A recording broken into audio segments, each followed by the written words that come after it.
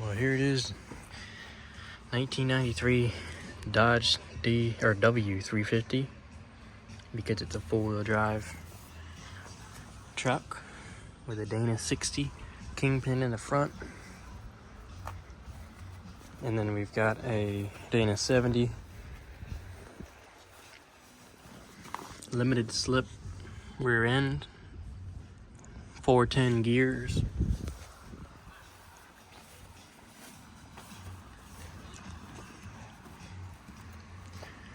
And as usual, the 5.9 12-valve Cummins. We've got the VE pump. Pretty much stock as far as I can tell. Stock turbo, stock injection pump. So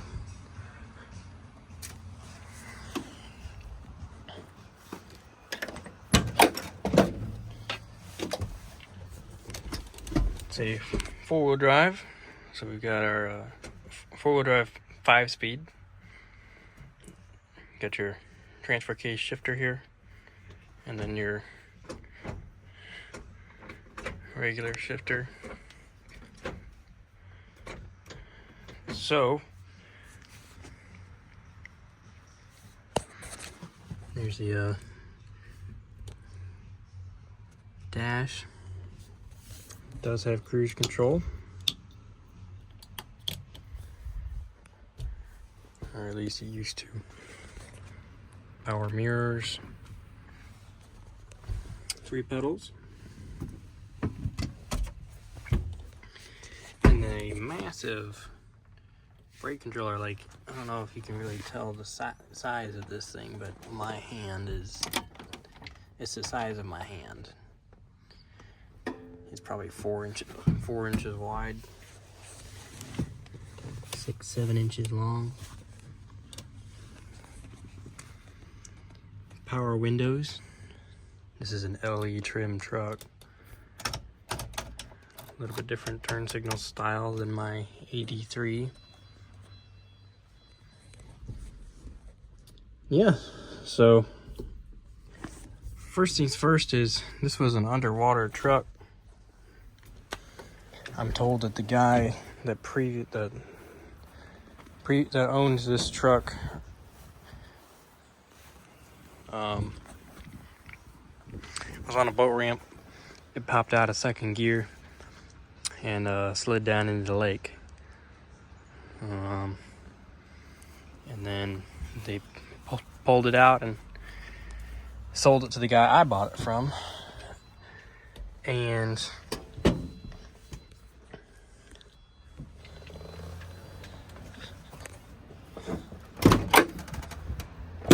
sold it to the guy I bought it from, and then he never did anything with it, and then he sold it to me. So we are going to pull the motor out of it. I'm hoping it's still good, and then I'll sell it, for $1,000 or $2,000. It doesn't run but for a couple minutes. I think it's a fuel issue.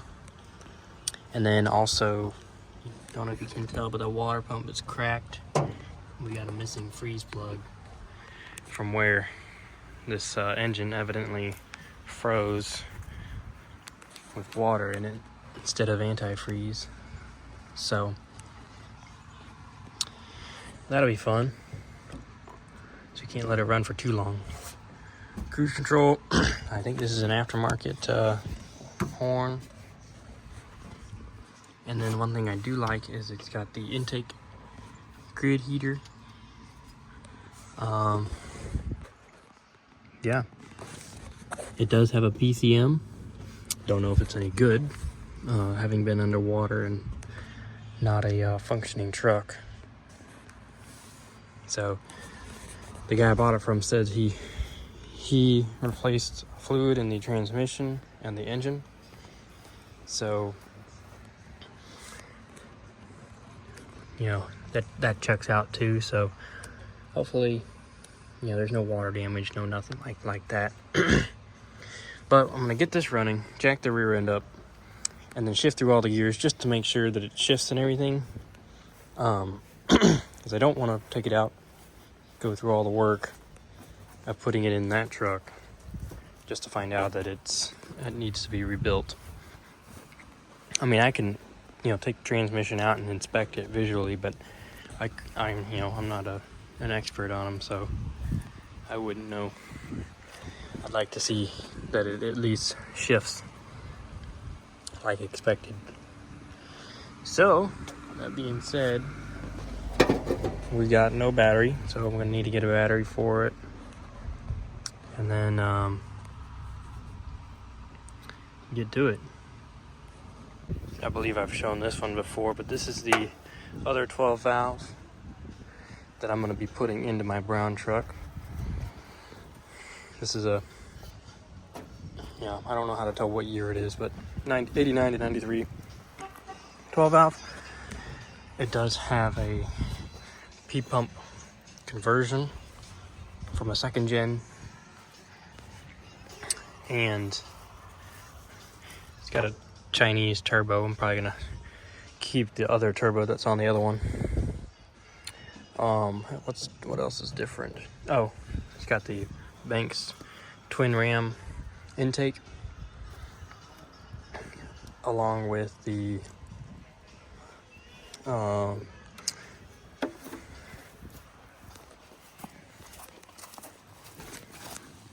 fast fuel pump,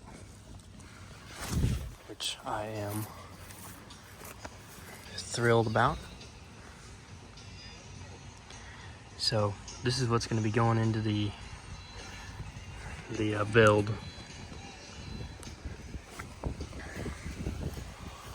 The good news about having two of them now is I can interchange parts if I need to. If something's better condition, I'll steal it from here and vice versa. So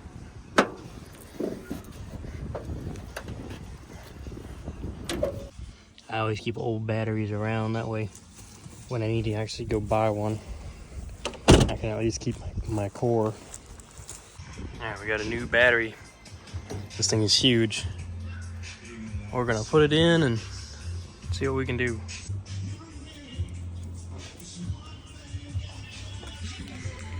Now, let's see.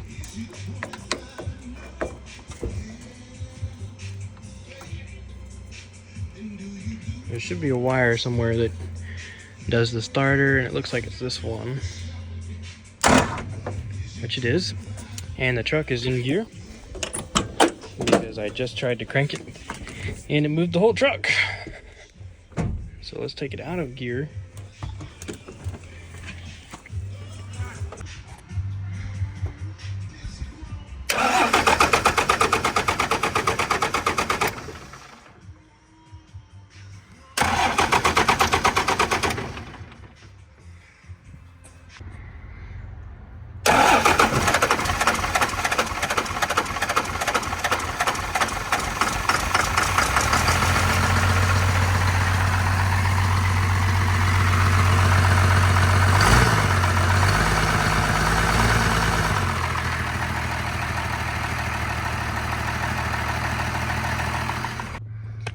So it did run, it cranked, ran for just a minute, and then I noticed, got a low fuel light here. Our fuel gauge is pretty low, but maybe that's the cause of some of this, but it only ran for a minute. So we'll I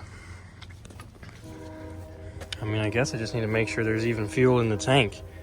If I've learned anything, it's to make sure there's anything. Alright, I'll do this again to show you guys back at home. So it ran for a couple seconds and then petered out.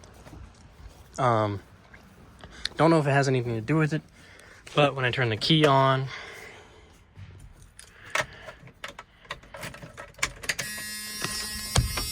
I get low fuel light, even though it's not showing. But anyway, I'm low on fuel.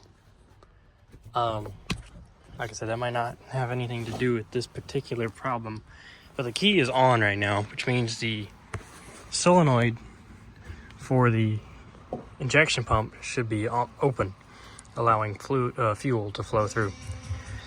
Now, this is the supply line for the VE pump. So we've got a lift pump there, water fuel separator right here, fuel filter comes up into the VE pump. There should be fuel flow coming out of this line, and I've kind of got it hanging off to the side. And you'll notice once I start to turn this over, pretty much it'll go, a little bit will come out at first, and then it won't really keep up any flow.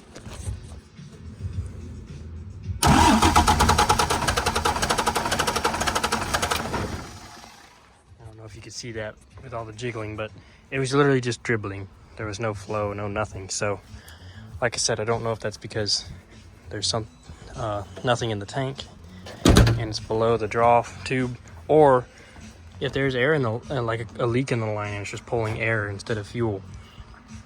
But what I can do is take the fuel line, which is down there, make my own and feed it from like a bottle or something, just to get it running. I don't, like I said, I'm not trying to get this truck in driving condition.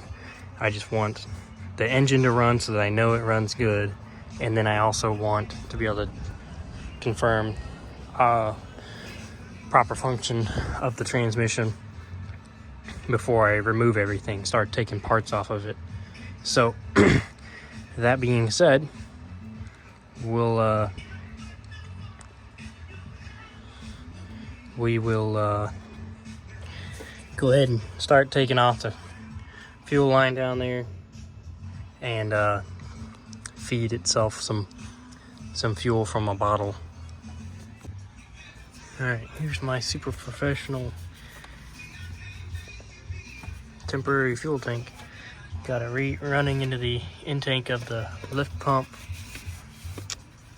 and it's just a valve stem from a tire, sitting in a bottle.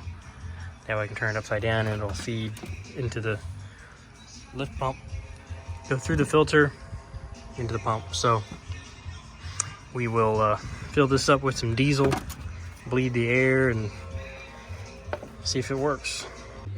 We got our bottle full of farm fresh diesel. Okay, couldn't get it on video very well, but it is now fully flowing out of here at a regular rate, supply flow rate. So we'll go ahead and snug this down, bleed the injectors, and see if it will turn over and stay running for longer than 30 seconds. With the limited amount of diesel I've got in here, it's already kind of suctioning itself. It's not a great way to hold it. Now if we do get it started, we've only got a couple minutes till it overheats, so get ready to shut it off.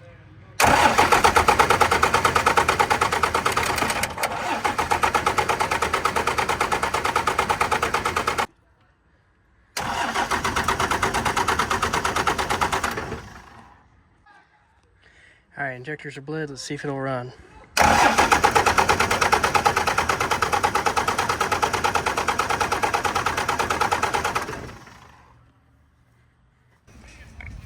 So I spent like 10 minutes trying to figure out why in the world, I got fuel here to the input of the VE pump, and then nothing was working. Like, it would not crank.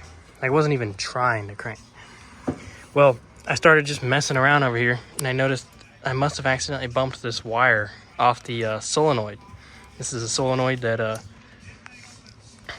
the fuel shut-off solenoid, and so I put it back on, and I mean, it instantly fired up.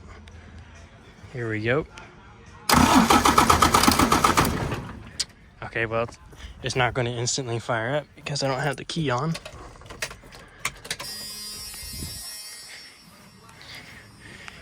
All right, now it should instantly fire up.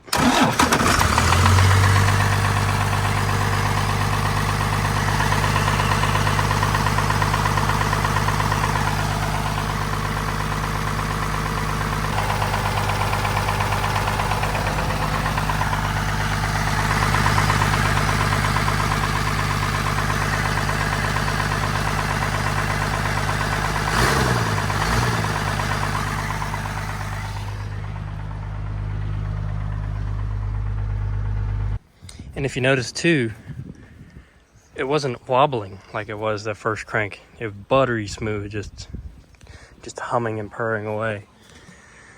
So good news, engine appears to be good. Like I said, I can't run it for very long because it'll overheat. But I think we got another minute or two out of it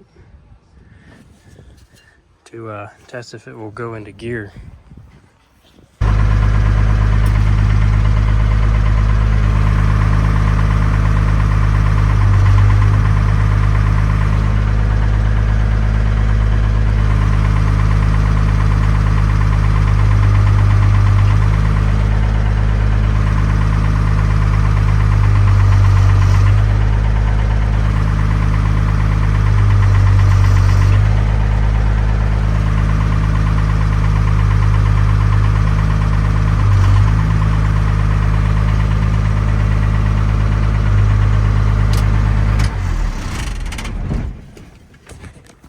So it was, I went into 1, 2, 3, and 4, and it was moving the truck each time. So it's going into gear. I'm gonna let the engine cool down, and need to jack this rear end up. Probably chain the truck to the tree. That way I can freewheel the rear. Or I could pull the drive shaft. I mean, I'm gonna pull the drive shaft anyway, but I kind of want to keep it yard drivable. That way I can move it around the yard before I go pulling parts. Because I kind of want to pull the parts once it's in the backyard. But we got it running. We know it runs good.